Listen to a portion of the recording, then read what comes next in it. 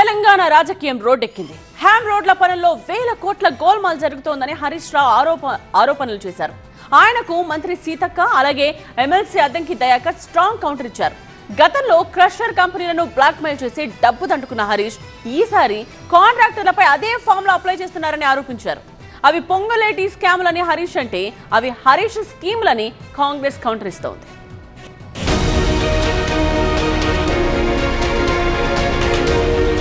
తెలంగాణ రాజకీయాలను ఇప్పుడు హ్యామ్ రోడ్ల వ్యవహారం కుదిపేస్తోంది. R&Bలో హ్యామ్ రోడ్ల నిర్మాణ పనుల టెండర్లలో భారీ స్కామ్ జరుగుతోందని తాను చేసిన ఆరోపణలు నిజమని తేలాయన్నారు హరీష్ రావు.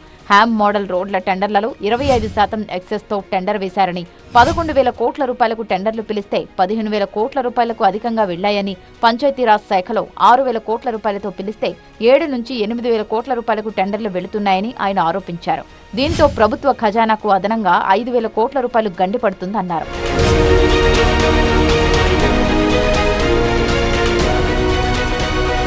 హరీష్ ఆరోపణలకు మంత్రి సీతక్క స్ట్రాంగ్ కౌంటర్ ఇచ్చారు. టెండర్లు పూర్తి కాకముందే రభస చేయడం విడ్డూరమన్నారు.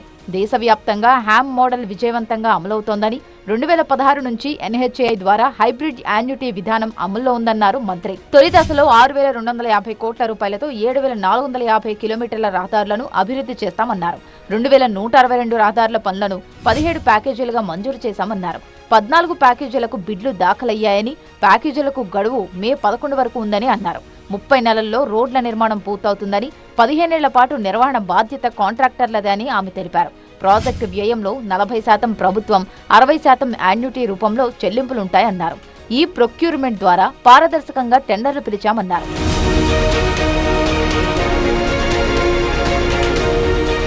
ఇక కాంగ్రెస్ ఎమ్మెల్సీ అద్దంకి దయాకర్ కూడా హరీష్ పై విరుచుకుపడ్డారు.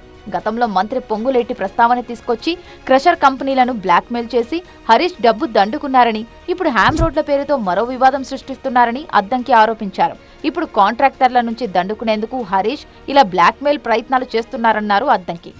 లక్షల కోట్లు దోచుకున్న ఇంకా డబ్బుల మీద యావనే ఇంకా బ్లాక్మెయిల్ దందానే.